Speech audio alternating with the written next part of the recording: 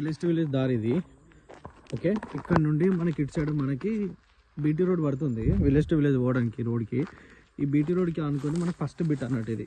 Okay, మనకి ఇక్కడ వాళ్ళు పోతారు కదా, కారు పెట్టింది కదా, అక్కడ నుండి మనకి అక్కడ దాకా రోడ్ ఫేసింగ్, ఇదంతా రోడ్ ఫేసింగ్ వస్తుంది. సైట్ మొత్తం 11 ఎకరాల సైట్. ఇక్కడ రైట్ సైడ్ కనిపిస్తుంది కదా, అదంతా ఇక్కడ నుంచి ఇదంతా వస్తుంది మనకి ల్యాండ్. పొలం మేము 5 ఎకరాల దాకా ఉంటుంది. అక్కడ బోర్ ఉంది కదా, ఆడ బోరు, ఆ లోపల మామిడి చెట్లు ఉంటాయి, కొన్ని మామిడి చెట్లు, ఆ కొబ్బరి చెట్లు ఉంటాయి కదా, అక్కడ చిన్న రూమ్ కూడా ఉంటుంది, గెస్ట్ హౌస్ లెక్క. ఇగో ఇది ప్రాపర్టీ మొత్తం మనకి 11 ఎకరాల ప్రాపర్టీ. ఇక్కడ నుంచి స్ట్రైట్కి వెళ్తే సూర్యాపేట హైవే ఒక 6-7 కిలోమీటర్లు ఉంటుంది. ఓకే, రామవరం విలేజ్ కిందకి వస్తుంది. ఇది కొడకొండల మండలం కిందకి వస్తుంది, జనగాం డిస్టిక్. ఇది కొడకొండల మండలం, జనగాం డిస్టిక్. మొత్తం రెడ్ సైల్ రోడ్ బిట్ ఆనుకొని ఉంటుంది మనకి. మొత్తం 11 ఎకరాల ప్రాపర్టీ ఇదంతా. ఒక బోర్ ఉంటుంది, అటు మామిడి చెట్లు, కొబ్బరి చెట్టు ఉంటుంది, ఇది చుట్టుపక్కల అంతా కంచె ఉంటుంది.